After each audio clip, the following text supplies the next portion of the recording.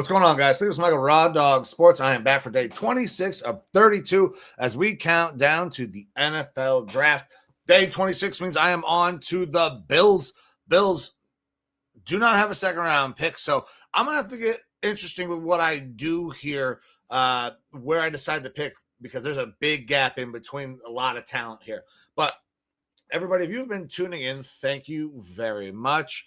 New, old, does not matter to me. Time's the most valuable thing that you have, so appreciate you stopping by. And while you're here, if you don't mind, go ahead, hit the subscribe button down below. That way you can check out all of these mock drafts. There's a playlist created, so if you want to check out a specific team, you can go back and look for that. But let's go ahead and get into this mock draft. We got the Bills, 7 rounds, PFF's big board. And none of this stuff changes because I want it to all stay the same. PFF will soon die, I would imagine. I sounded like I was very sad right there. My voice cracked a little bit. We'll hopefully get all of these done before PFF truly goes away. I will recap the top 10. Let's start the draft. All right, so we got Fernando Mendoza, 1, Jeremiah Love, 2, Arvell Reese, 3, Sonny Styles, 4, Ruben Bain, 5, David Bailey, 6, Francis Maui-Noah, 7, Mansour Delane, 8, Carnell Tate, 9, Caleb Downs, 10. All right, so some changes there. Now we get to the Bills. Some of the top needs: guard, D-line, linebacker, safety. So this is going to get dicey. Like I said, we can pick at 26, and then we don't pick again until 91. So the Bills have to kind of be strategic. And I'm not doing any trades, so I'm not going to trade out here to get any more picks for the Bills. I think that there's a chance that they will trade out, maybe slide down. If there's anybody that wants to come up, they could even maybe move out of the first round, depending on what they can get compensation-wise. But sitting right here, Cash Patel top ranked on there, Caden Proctor. Caden McDonald, though, fits a need and could fit easily in that defense. Their run defense was terrible. Caden McDonald was a fantastic run defender at Ohio State. Great grades this year, can play A gap, B gap. Posted a career best 86 PFF grade in 2025, fueled by his elite run defense, where his 91.2 grade ranked first among qualifying FBS interior defenders. So this is one of the top run defending D tackles in this entire class. Probably the best, as what that says right here. So that fits a huge need that the Bills have, because their run defense was terrible. Their pass defense was pretty damn good. Their run defense was not good, though. However, there are some other things that we could use. Guard, right, as the biggest need, and we have Emmanuel Pergone sitting right here. So I love Pergone or Pregnon, or I don't know how the hell you pronounce it. If you've been watching these, you know I don't know how to pronounce everybody's names. I had a pronunciation guide from the Combine, and in the move, I don't know where I put it. I'll have to find it again. But I need those guides because I don't know how to pronounce people's names. Anyways, this is a player that I love. And the gap between him and I think the other guards is pretty significant. You have Vega, and then you got Pregnon, who are like the top guys. And then I think there's a pretty steep drop off in terms of the D line. When we're talking about a D tackle, nose tackle, how far is the drop off going to be? I don't know. I'm not worried nearly as much about that as I would be with the offensive line. And the Bills' offensive line is going through some changes. David Edwards leaves, goes to the Saints. So that's going to slot in. What is this dude's name again? Alex Anderson, who's a tackle converting into guard. And they say he's going to compete for the starting role. Well, who's he competing against? Right now, it says he's competing against Austin Corbett. So that's not really a competition in my mind. you need to add at the spot. So guard makes a lot of sense why it's there. And Osiris Torrance was terrible last year. So we're going to end up going Pregnon here. It's a little bit of an overdraft. I think he's worthy of a first-round pick. It fits a massive need in my mind for the Bills as well. So that is where we're going. And then we will address D-line at 91.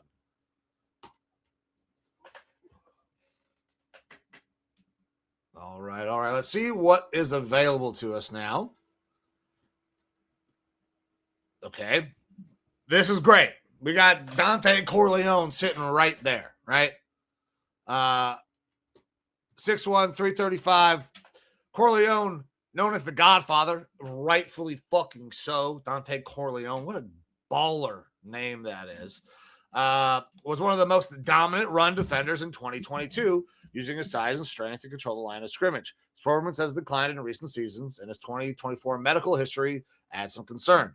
He offers rare quickness for a nose tackle and can control blockers despite shorter arms. Though his pass rush impact remains limited, he projects as a traditional 3-4 nose tackle. Boom. Fit. He's shown that he can be really good. Injuries have slowed him a bit, but I think that he could fit and help that Bills defense right there in the middle. Like, that worked out really great. I mean, because Deion Walker right now is the only guy that's slated there, so you got to fill out some nose tackles. So Dante Corleone is the right guy out of the guys that are here in my mind. Benny's not really a nose tackle in my mind. Caleb Proctor is not either. So Corleone here at 91. All right, all the way down to 126. Let's talk real quickly about what has happened in the Bills offseason. They've gone out, added Kyle Allen. Trubisky left, so they had Kyle Allen to be a backup. They did go out. They got Bradley Chubb to a 3-year deal that will help them out. D. Alford comes in on a 3-year deal at corner. C.J. Gardner-Johnson comes in. Taylor Rapp was released, so that makes sense. C.J. Gardner-Johnson will come in and play with Cole Bishop. They got a punter that signed, and then Geno Stone on a 1-year deal. It's some more depth at safety. So they've added corner, D-end, and 2 safeties.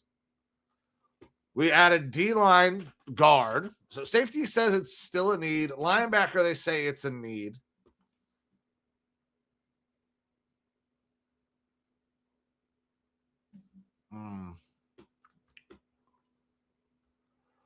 Oh, come on now, PFF. Let's cooperate a little bit.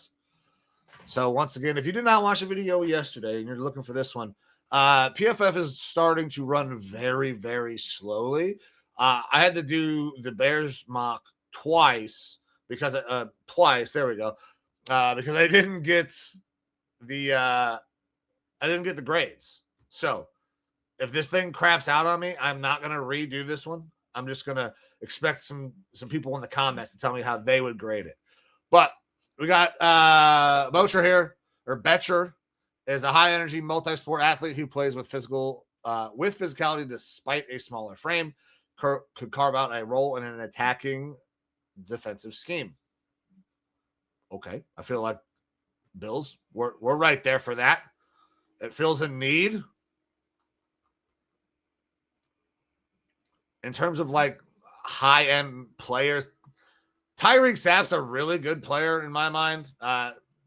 Down this last year, stout rotational run defender and scheme versatility, pass rush impact will likely be limited to effort-based pressures, but his physicality gives him a solid floor. Problem is that the 3-4 ends are pretty solidly stacked up for the Bills. Like, there's a lot of depth there in my mind. Whereas the D tackle depth is still very limited. I just don't want to go back-to-back D tackles. Wide receiver has been addressed. There was a move made. DJ Moore comes in. So now you're looking at DJ Moore, Khalil Shakir, Josh Palmer. Then you got Keon Coleman, Tyrell Shavers, and then Nicole Hardman are all there. So there are receivers there. don't know how much you love that group. Is there a bigger guy? I mean, Josh Palmer's not small by any means. You got a Reggie Virgil. See, Jacoby Lane, I really like. Long X receiver who lives for contested catches. Lane will be your cup of tea. If low separation scores and yak numbers spook you, you'll likely stay away. That makes you worried a little bit about that Keon Coleman thing, right? So that's probably not the right fit either. Later on, I can address receiver with a Tyron Montgomery, so I won't do that now. Linebackers, I think the right pick is Betcher here. So we're going to go Bryce Betcher at 126. All right, sliding all the way down to 165. Cyrus the Virus Allen is on the board still. 5'11", 180. Decent year. I don't think receiver is the right move. Is there a safety here at 165? Michael Taffy. I don't see pronunciations. Wins with intelligence and anticipation rather than physical traits. His size and athletic limitations mean he will need to earn his role through consistency and awareness.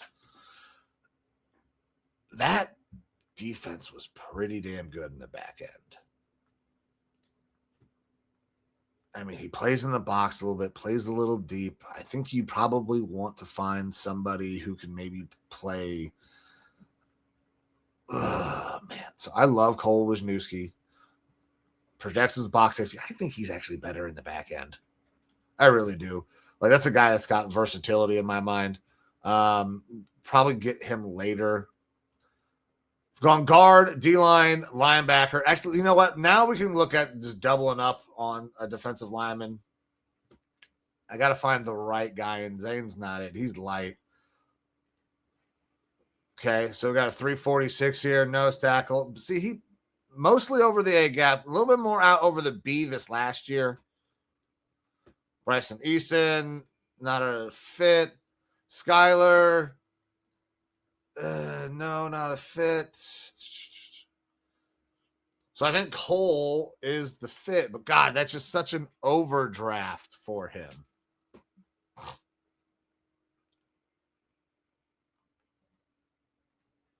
You know, the running backs behind James Cook are not the greatest. I know James Cook is an absolute do everything back, can do everything, but he needs to get a break every once in a while. Katron Allen, I mean, explosive. Somewhat limited his overall athletic profile, but when viewed through a lens of power back, short yardage efficiency, yards after contact, and pass protection, he projects as a useful committee contributor. He fits best in an offense built around man and gap scheme concepts between the tackles. I feel like Katron Allen right here is not a terrible thing. And over a Ty Johnson, a Ray Davis, and Frank Gore. Frank Gore is, I guess, technically on the roster. Is he retiring or I don't know how? What the fuck? ESPN has Frank Gore listed as the fourth. That's crazy. What is happening right now with that? All right, that's wild. Katron Allen's going to be the pick here at 159. Improve the running back depth behind James Cook, so it doesn't have to fucking be all James Cook, because the receivers right here, I don't think it's worth the value. And I'm going to be right back on the clock. So we're going to go with a Katron Allen right here. Cyrus Allen goes. Safety still a need. Has not been addressed. Michael Taff on the board right here. This is a pretty good spot to take him. So let's go ahead and take him right here. Continuing to round out that defense, 182. All right. So we've gone Pregnon, Corleone, Betcher, Allen, and Tafe. So guard, D-line, linebacker, halfback, safety. All the needs have been hit, according to PFF. Now we look for quality depth, which we started to do.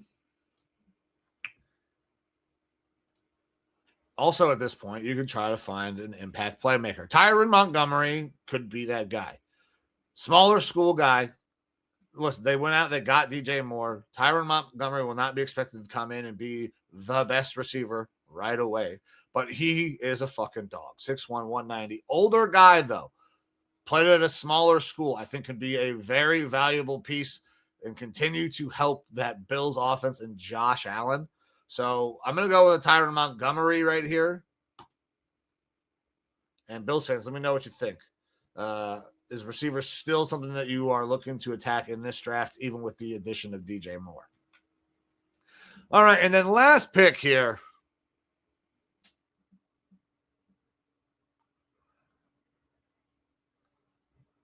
No.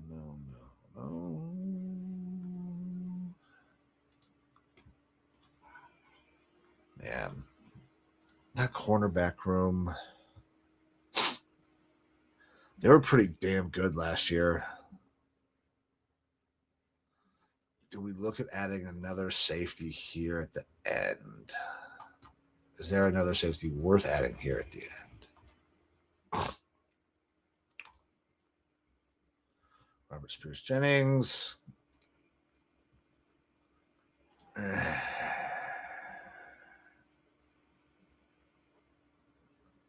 No, probably not.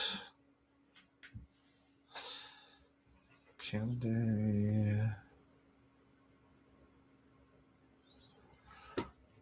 Okay, so let's take a look here.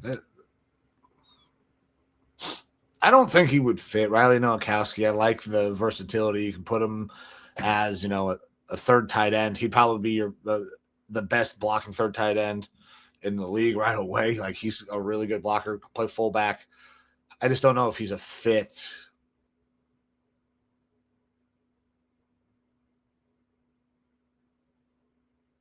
Waitchen provides some return ability, but you already have that.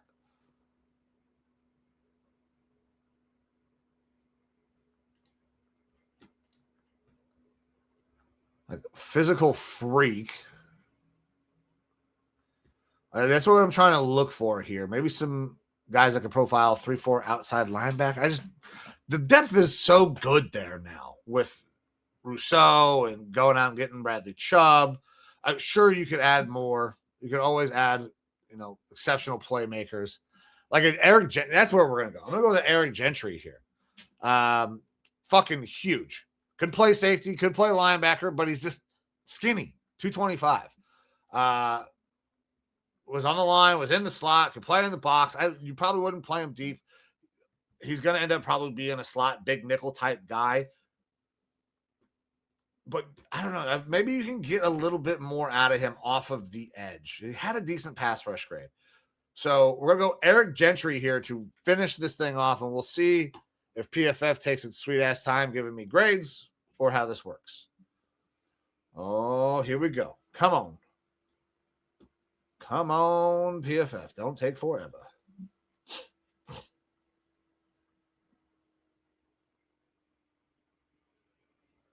Bueller. Oh.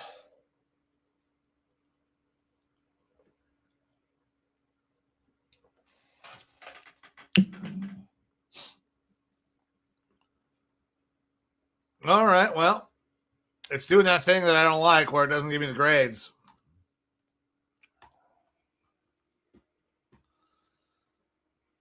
All right, well, with that, guys, I'm going to go ahead and just drop this screen down. Stop sharing that.